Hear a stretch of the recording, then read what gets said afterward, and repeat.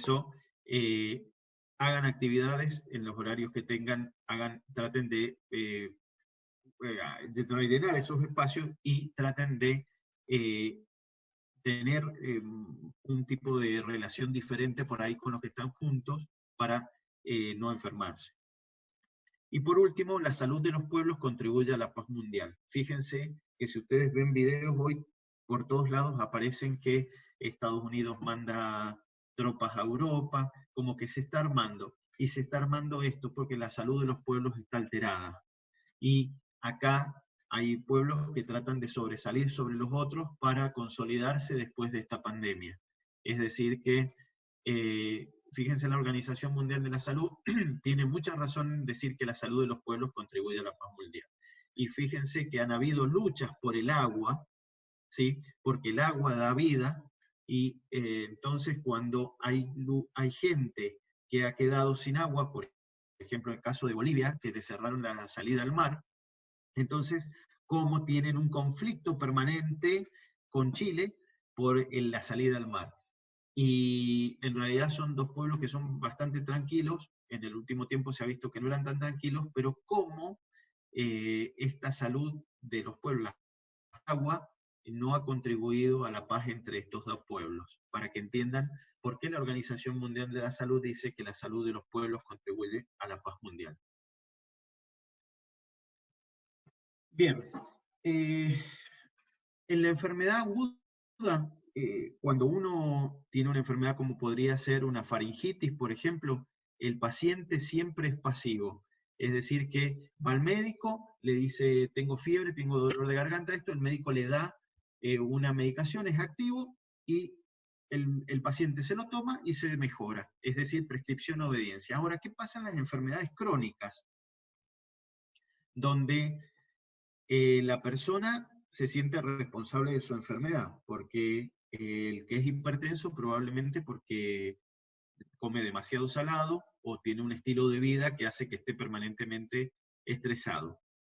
El diabético, hay muchas personas, yo siempre recuerdo el día que mi mamá le dijeron que era diabética, estuvo como una semana depresiva, con una depresión terrible, porque a veces es porque tiene que cambiar el estilo de vida, que no tiene ganas de cambiarlo, o porque le da vergüenza.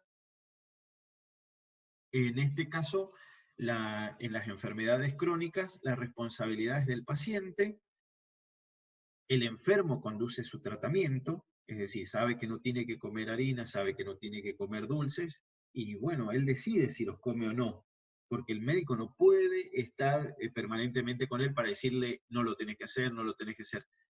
El enfermo convive con todo lo anterior, con su responsabilidad, con el estilo de vida, con su vergüenza.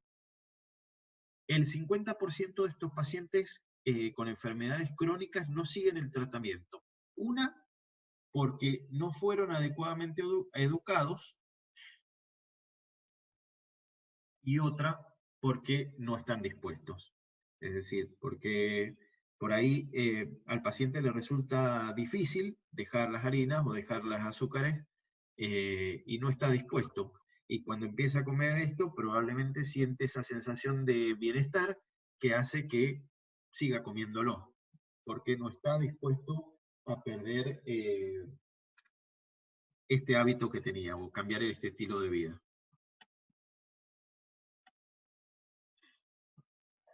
Bien, ¿alguien tiene preguntas sobre lo que hemos estado viendo o continuamos? Porque pasaríamos al próximo tema.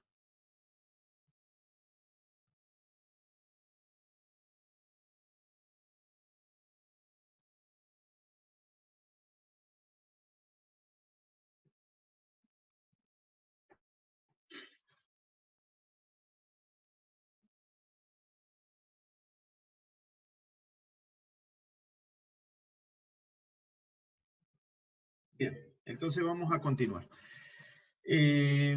Bueno, la historia clínica. La historia clínica es la historia del paciente, pero es la historia de la enfermedad del paciente. Es decir, la autobiografía es la historia de una persona, pero de su vida. En este caso, la historia clínica sería la biografía de su enfermedad. Esta historia clínica tiene distintos pasos. Esta historia clínica tiene que tener un apellido, un nombre de esta persona. El estado civil, bueno, esto es bastante relativo actualmente. Antiguamente, por ejemplo, servía porque para aquellos que se casaban tenían que ir a buscar un certificado de salud para demostrar que la otra persona estaba sana, para que la persona que se iba a casar no fuera engañada. Entonces, en la historia clínica estos datos eran importantes porque podían aparecer consignados algunas enfermedades que estaban. Entonces, el estado civil nos daba una situación de decir, bueno, estoy sano, no estoy sano. Esto ha ido variando porque, bueno, no todas las personas se casan y porque ya este certificado de salud creo que ya ni se pide. El grado de instrucción es importante para saber esto que estábamos hablando, a ver cómo repercute este proceso salud-enfermedad en las personas.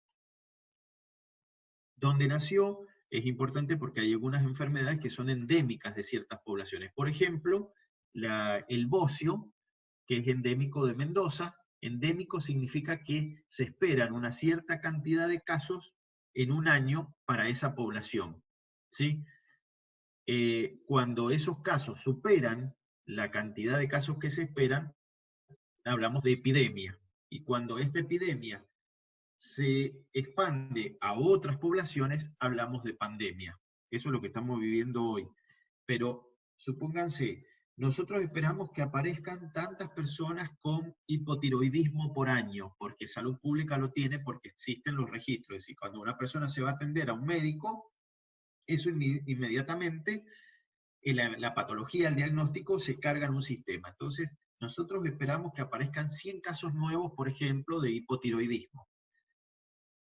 Y acá en Mendoza, ¿por qué? Porque es endémico, porque nuestra sal, bueno, después esta patología ha ido cambiando, porque a la sal le agregaron yodo, entonces la tiroides necesita de yodo para poder producir sus hormonas, entonces al producir sus hormonas, la tiroides funciona normalmente. Pero en Mendoza, al no tener no tener mar nosotros, nuestra sal, la que comíamos, no tenía yodo, por lo tanto la tiroides no podía producir sus hormonas. Entonces para eso apareció una ley de que toda la sal está yodada. Por eso la sal que comen hoy está yodada, entonces hoy tienen menos posibilidades de tener bocio que hace unos años atrás. Pero el bocio o este hipotiroidismo, que lo vamos a ver cuando veamos glándulas endocrinas, vamos a ver que es endémico de Mendoza. Entonces, el lugar de nacimiento de una persona es importante para saber, para empezar a pensar qué patologías podría tener esa persona, porque son típicas de ese lugar. ¿Ah? Por ejemplo, por eso hoy fíjense que si bien van cambiando los criterios de coronavirus, hoy no podría tener nadie la enfermedad de hace unos días atrás, cuando empezó a aparecer la enfermedad acá en Argentina, nadie podía tener que no hubiera ido de viaje y hubiera expuesto a personas que tenían esa enfermedad. ¿Por qué? Porque no era una enfermedad endémica, nosotros no teníamos coronavirus acá en Argentina.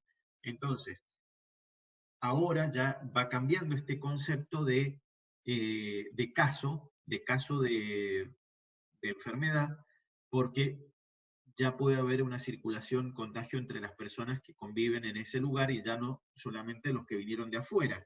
Es decir, que esto hoy por hoy no importaría, como ha cambiado este concepto de caso y ya hay virus circulante, el lugar de nacimiento sería indistinto. Pero, por ejemplo, hay personas que tienen esclerosis múltiple, sobre todo las que viven más alejadas de los polos, es decir, que podría haber gran cantidad de esclerosis múltiple en Argentina y podría haber gran cantidad de esclerosis múltiple en Canadá, que son los que viven más hacia los extremos.